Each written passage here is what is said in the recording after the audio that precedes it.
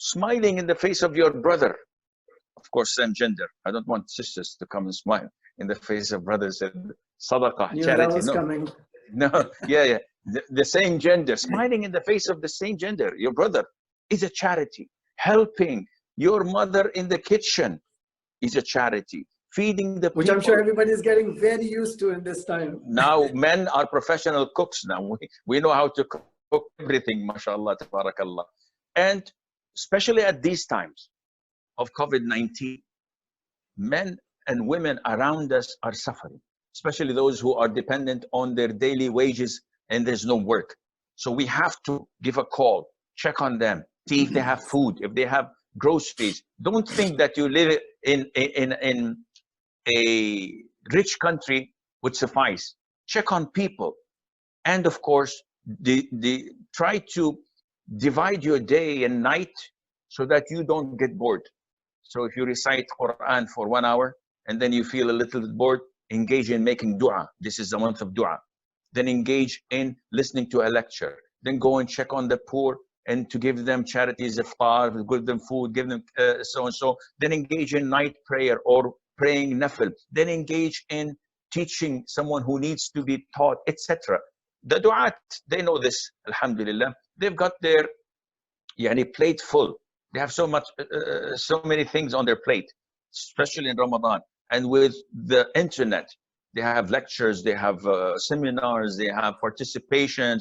With us, alhamdulillah, we have Zad TV, so we also have our program on daily basis.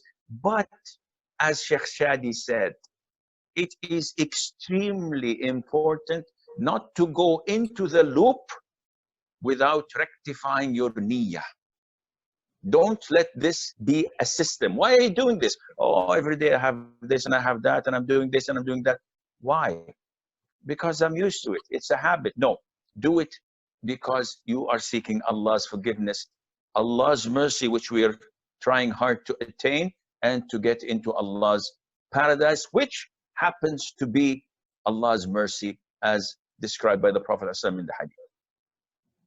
So Sheikh, like you rightly mentioned, right? So one of the things I understood from, that relates to the situation we are into is the fact that people would be saying, yeah, we're praying, we're fasting, we're reading the Quran, and there will be those times when people were going to be, saying, I'm going to make the most out of this month, so I'm going to do this and this and this.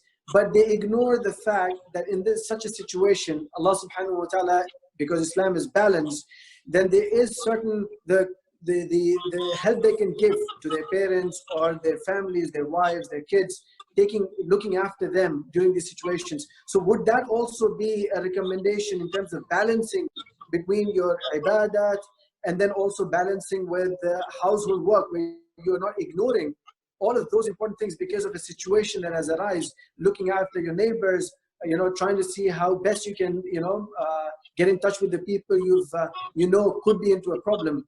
So that's another thing maybe people would be ignoring on. So is that recommended? Is that something that they should do, or they should focus on the rest of the aspects of the kind of situation it demands?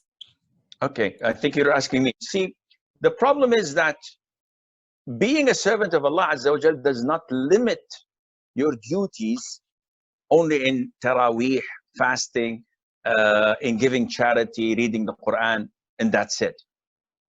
And unfortunately, this might be one of the traps of shaitan. And you may say, Sheikh, what do you mean by traps of shaitan? You're scaring me. Say, Akhi, رُبَّ حَسَنَةٍ أَدْخَلَتْ صَاحِبَهَا النَّارِ. Maybe one good deed would admit the person who did it to hellfire. And maybe one sin would admit the person who did it to paradise.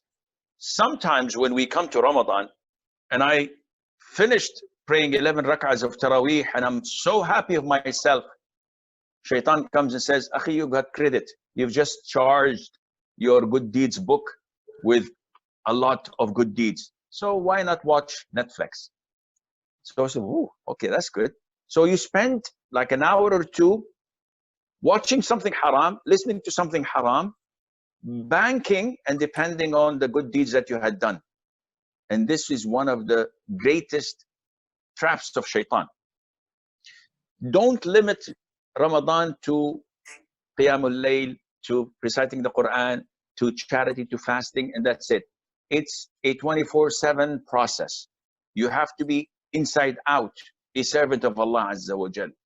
And you have to diversify the ways of worshiping Allah Azza wa Jal by being kind to your siblings, being kind and dutiful to your parents, taking care of your children, utilizing every day, every hour, and every minute of this month to get closer to Allah Azza wa Jal.